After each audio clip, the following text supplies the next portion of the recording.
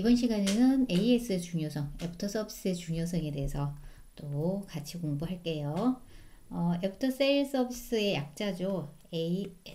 AS가 그래서 애프터 세일 서비스다 라고 기억하시면 되고, 교재는 87페이지 참고해 주시면 되겠습니다. 그래서 먼저 애프터 서비스의 정의를 들어가 보면 정의에 관련된 문제는 이때까지 시험 문제 나온 적은 없어요. 일반적으로 사후 서비스, 애프터 서비스가 일어나는 제품들 같은 경우는 대부분이 어디에서 일어나요? 전자제품이 많죠, 그죠? 전자제품. 그래서 여기 보시면 코엔의 정의를 보시면은 제품과 더불어 판매되는 서비스 중에 제품의 판매 후에 제공되는 어떤 설치 서비스, 그죠? 기술 상담, 유지 보수, 그다음 수리, 부품을 운반한다라든가 또는 제품 업그레이드 하는 거, 이런 부분을 일컬어서 애프터 서비스라고 정의한다. 요 정도만 기억을 해주시면 될 것 같습니다. 애프터 서비스의 역할과 이점을 보면 애프터 서비스를 하는 이유가 기업에서 뭘까요? 물론 이득이 오니까 하는 거죠, 그죠? 이득이 있기 때문에 하는 거다. 우리가 애프터 서비스를 제공해 주면 고객의 만족으로 인해서 우리는 기업 입장에서도 무엇을 받을 수 있다? 재구입이나 재거래가 이루어지더라. 그래서 애프터 서비스를 통해서 우리는 고객 충성도를 높일 수 있는 기회가 되기 때문에 우리가 애프터 서비스를 해야 된다라는 거죠, 그죠? 기업 측면에서. 그렇다면 애프터 서비스를 통해서 얻을 수 있는 이제 역할과 이점. 그래서 첫 번째는 판매 후 서비스의 관리를 통해 얻을 수 있는 고객의 정보를 얻을 수 있죠, 그죠?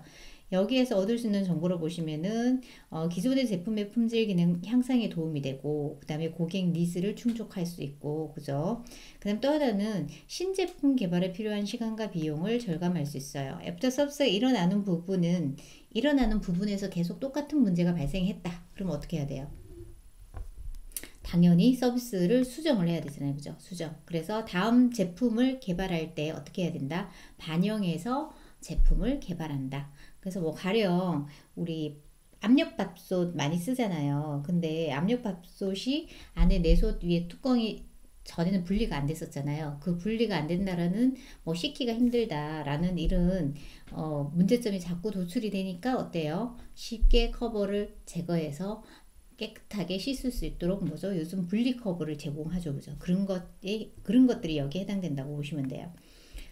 그 다음에 이제 원활한 커뮤니케이션, 고객과의 커뮤니케이션을 원활하게 함으로 인해서 고객의 니즈와 트렌드를 파악할 수 있다는 거죠. 무엇을 통해서? 다양하게 느끼는 고객의 불평 항이나 또는 불만을 통해서 우리는 고객의 어떤 필요, 욕구와 또는 어떤 것을 말하는지 트렌드를 파악한다. 그래서 기업에서는 추가 비용을 들이지 않고도 어때요? 비용과 시간적인 노력을 절감하고도 신제품을 개발하거나, 그죠? 그 다음에 고객의 니즈를 조사할 수 있겠죠, 그죠? 고객의 니즈를 조사하거나 이런 부분에 대한 어떤 노력을 절감할 수 있는 부분이다, 이렇게 보시면 돼요. 그래서 시험 문제가 여기서 잘 나와요. 다음 중 애프터 서비스의 역할과 이점에 대한 설명 중 틀린 것은 이렇게 시험에 나오니까 기억을 해 놓으시면 되고요. 그래서 이걸 다시 한번 정리를 한번 해보시면 이렇게 나오죠, 그죠? 똑같은 내용이죠. 그래서 재거래와 재구입이 이루어지더라. 정리 한번 하면 기존의 제품의 품질 기능 향상과 고객 욕구를 충족할 수 있다. 그 다음에 신제품 개발의 시간과 비용을 절감할 수 있다. 그 다음에 니즈와 트렌드를 파악할 수 있다. 수익 창출에 드는 비용 및 시간적 노력을 절감시킬 수 있다. 그래서 우리 모의고사에도 시험 문제가 있죠. 그러니까 체크하셔야 되고요. 그래서 이 예시를 잘 보셔야 돼요. 해당하지 않는 것은 이렇게 나와요. 고객 지원에 소모되는 비용 일체를 전환하여 확실한 신규 비즈니스 모델을 개척할 수 있게 해준다는, 이게 AS의 역할은 아니죠, 그죠? 그래서 아니다라고 체킹을 해주시면 되겠습니다. 그래서 문제를 한번 볼게요. 이렇게 시험 문제가 나오네요. 효율적인 사후 서비스 관리를 통해 얻을 수 있는, 그죠? 얻을 수 있는 기업의 이점으로 가장 거리가 먼 것은, 그래서 5번을 보시면 고객 지원에 소모되는 비용 일체를 전환하여 확실한 신규 비즈니스 모델을 개척할 수 있게 해준다. 상관이 없던 거죠, 그죠? 그래서 체킹을 해주시면 되고요.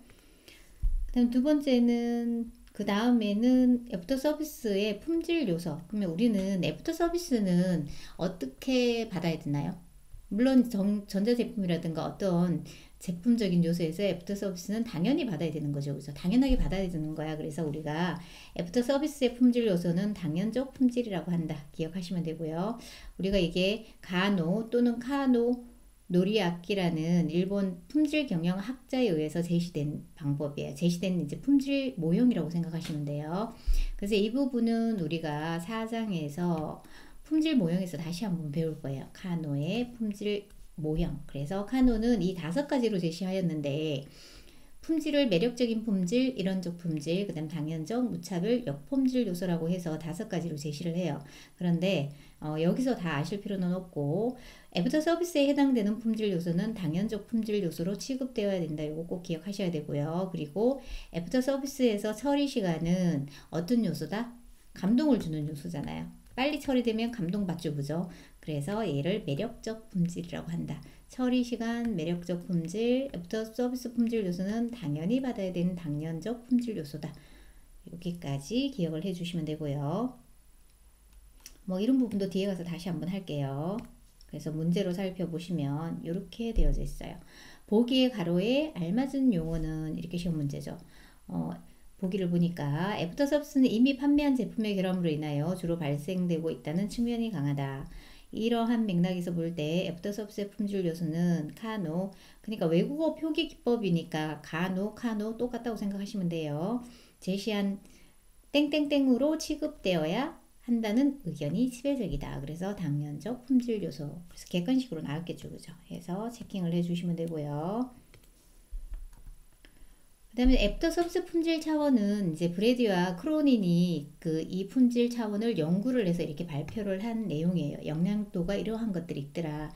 크게는 상호작용 품질, 그 다음에 결과 품질, 물리적 품질 이 3가지로 나누어지되 상호작용 품질 내에는 태도 및 행동이 있고요. 그 다음에 처리 시간은 상호작용 품질, 그다음에 결과 품질은 전문성과 기술, 그 다음에 물리적 환경은 편의성과 정책에 해당하더라 해서 이렇게 구분을 해 주셔야 돼요. 시험 문제 잘 나와요. 그래서 우리 시험 문제가 이렇게 2군데가 있죠. 전문성과 기술 같은 경우는 뭐죠?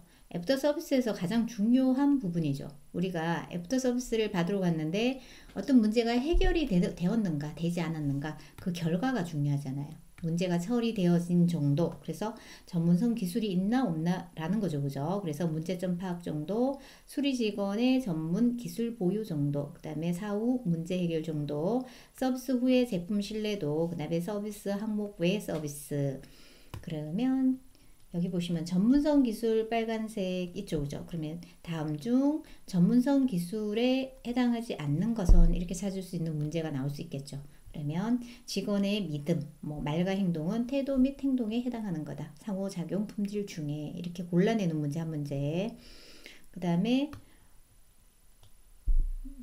상호작용 품질에 해당하는 것은 해서 2가지를 다 찾는 문제도 있어요. 태도 및 행동, 처리 시간 2개 다 선택하는 문제가 있고요.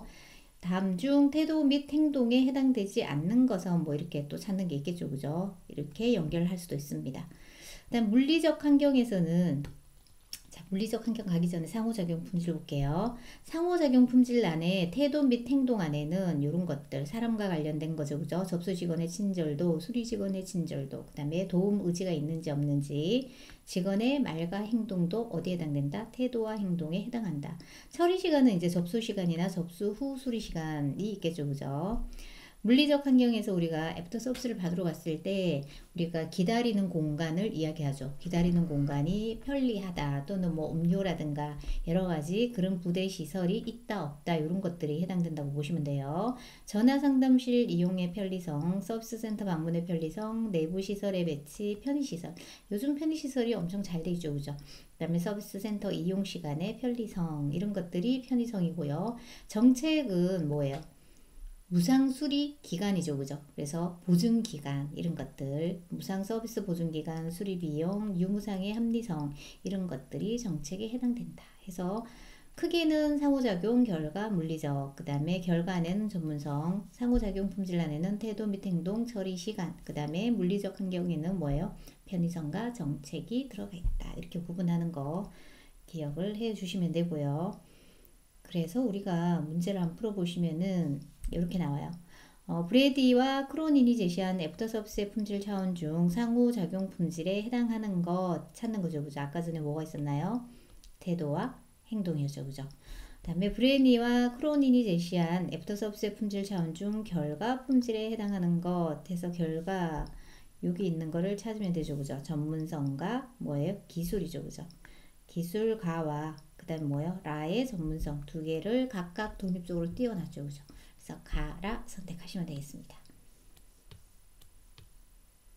그 다음에 영양 차원인데요. 여기서 이제 세부적으로 들어가 있는 부분이죠.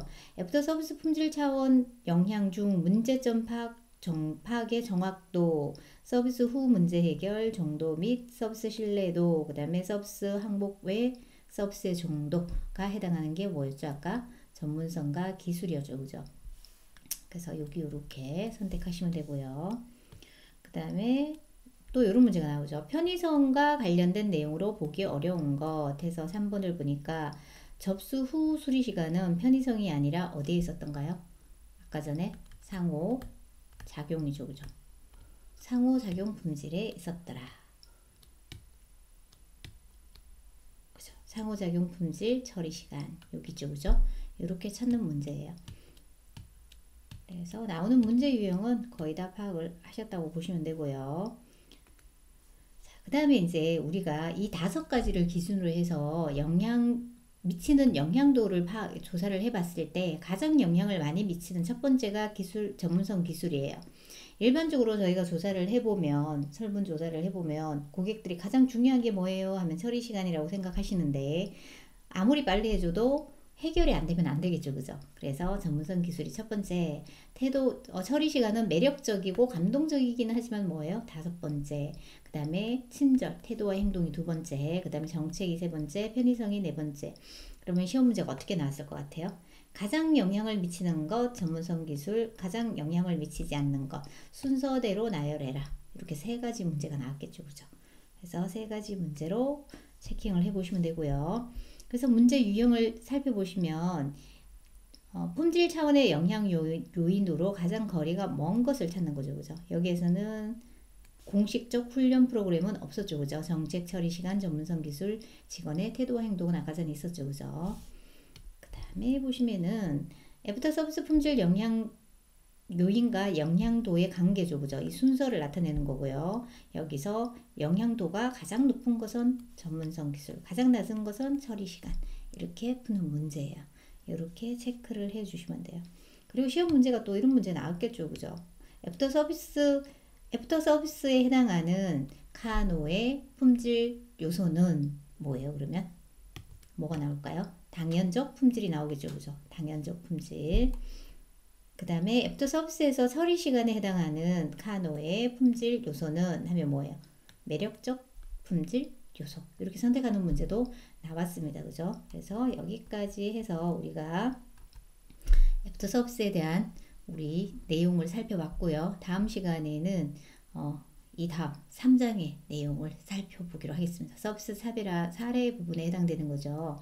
그래서 오늘은 여기까지 마치고 다음 시간에 또 뵙겠습니다. 감사합니다.